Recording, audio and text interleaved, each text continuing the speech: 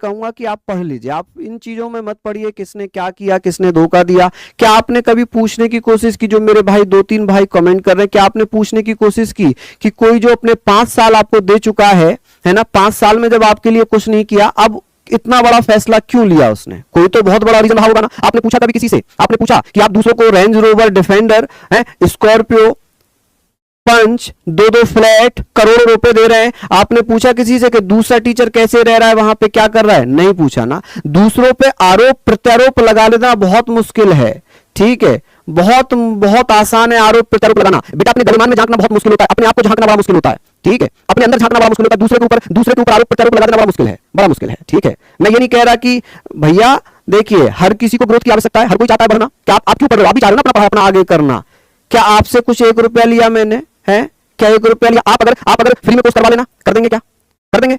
बेटा यूट्यूब की दुनिया बड़ी अलग है, सच्चाई में आओ, सच्चाई में आओ, सच्चाई में आ जाओ मेरे लाल, सच्चाई को समझो, ठीक है। ये सारी बातें अलग हैं।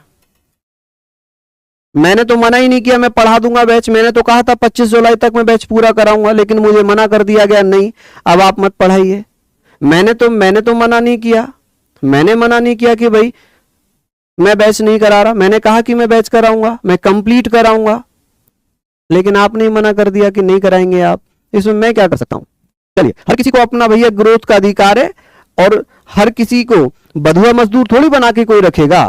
अनुच्छेद 23 नहीं पढ़ाता हूं, अनुच्छेद 23 में मैंने कहा क्या कहोगी? अनुच्छेद 23 में मैंने कहा था कि किसी को बेगारी करना, बधुआ मजदूरी करना गलत है। आप किसी जबरदस्ती काम करवाएंगे क्या फ्री में? भाई इसे गद्दारी कहते हैं क्या? आपने जो टीचर्स निकाल दिए वो सही था। चलिए खैर छोड़ते हैं उसको, यहां पर आते हैं, अभी हम इस पे बात करते हैं। इसलिए मैं शांत रहता हूं, मैं बहुत शांत रहता हूं। यहां पर हम लोग बात कर लेते हैं